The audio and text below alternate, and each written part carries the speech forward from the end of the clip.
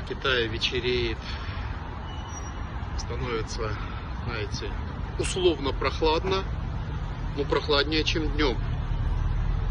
Мы с коллегой как-то днем решили сходить там вот погулять. Находили 15 тысяч шагов, чуть не сдохли оба. У меня майка весила, наверное, килограмм, когда я пришел, потому что мокрый, это была не фигура слова, это была мокрый, как будто бы я под ливень попал. И, в общем, мы отказались от этой идеи. И вот тогда я четко осознал то, что говорил сегодня. Под открытым небом спортом здесь заниматься, ну, в общем, я говорю, это скорее суицид, чем разговор о каком-то здоровье. А вот смотрите, Starbucks.